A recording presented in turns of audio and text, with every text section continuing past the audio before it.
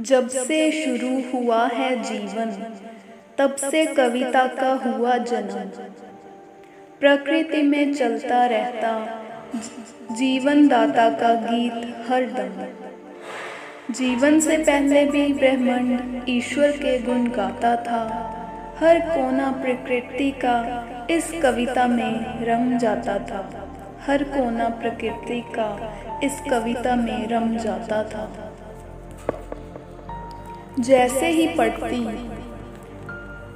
सूर्य की पहली किरण धरा पर, चिड़िया कविता शुरू कर देती नन्हे पंख फड़फड़ाकर। कल कल बहता जल बादलों की कविता सुनाता है।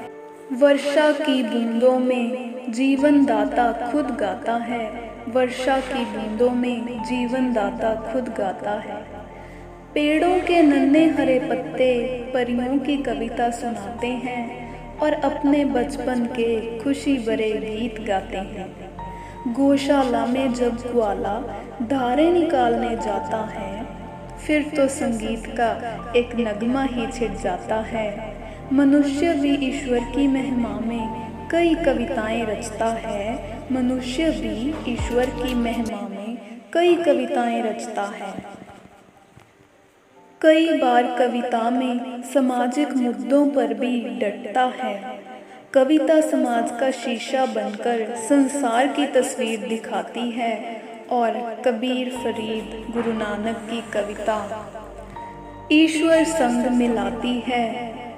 और कबीर फरीद गुरु नानक की कविता ईश्वर संग मिलाती है।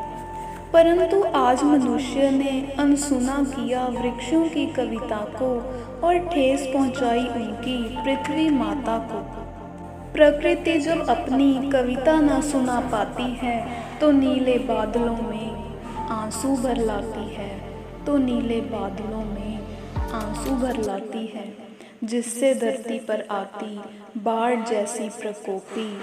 और मनुष्य बन जाता है कुदरत का दोषी।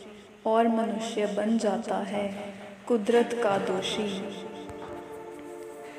इसलिए मनुष्य को प्रकृति से छेड़छाड़ से हटाना है और प्रकृति की मधुर कविता का परम आनंद उठाना है। और प्रकृति की मधुर कविता का परम आनंद उठाना है।